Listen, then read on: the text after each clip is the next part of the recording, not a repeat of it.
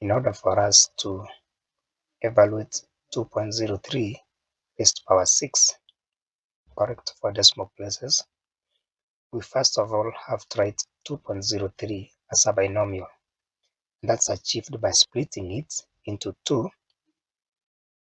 by use of an addition sign, whereby one part, usually the first part, consists of a whole number and the second part consists of a decimal. So we can write 2.03 as 2 plus 0.03. That means 2.03 raised to power 6 is the same as 2 plus 0.03 raised to power 6. To expand this, we need to identify the constants or coefficients from the Pascal's triangle. And if you check the coefficients, you realize the coefficients are 1, 6, 15, 20, 15, 6, and 1. So we shall start writing the terms as the first one.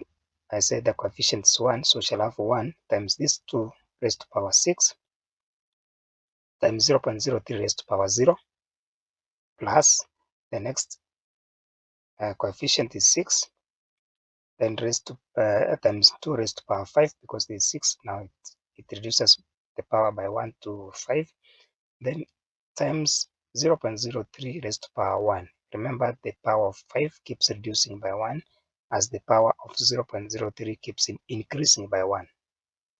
Then plus the next coefficient is 15, so we shall have 15 into 2 raised to power 4 times 0.03 raised to power 2, then times plus 20 times 2 cubed, 0.03 cubed, then plus 15 into 2 squared times 0.03 raised to power 4, and then 6 will be the next coefficient, so we shall have plus 6 into 2 raised to power 1, 0.03 raised to power 5, and the last one will be plus 1 into 2 raised to power 0, 0.03 raised to power 6.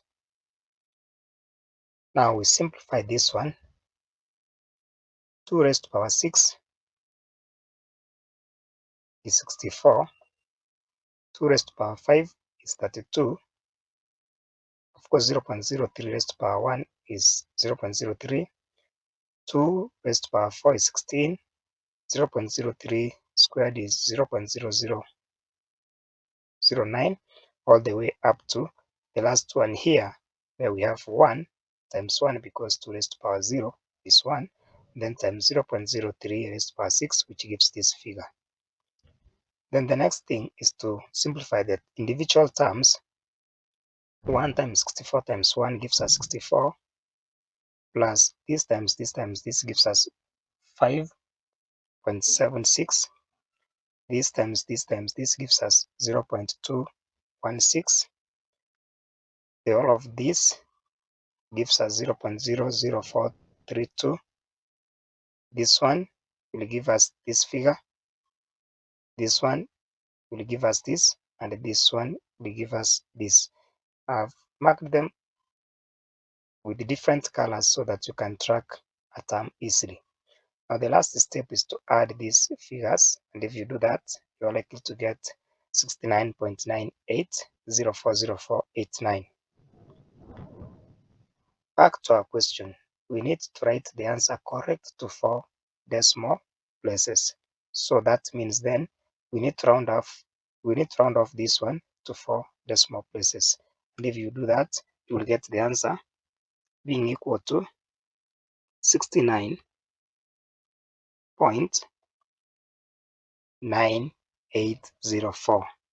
9804, and that is the answer, because this 0 cannot affect 4. Thank you.